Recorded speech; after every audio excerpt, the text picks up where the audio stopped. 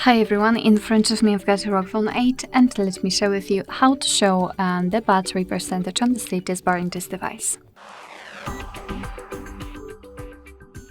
So let's start with opening the settings and let me go back to the general section.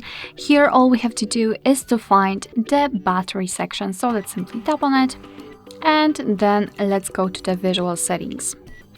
Let's go to the battery display styles, and here as you can see we've got three different options. So either icon only, we will have only the battery indicator, percentage only, which is a really nice option in my personal opinion, a really aesthetic one, and the icon percentage, so you can combine both of those options. So it's up to you which one you prefer.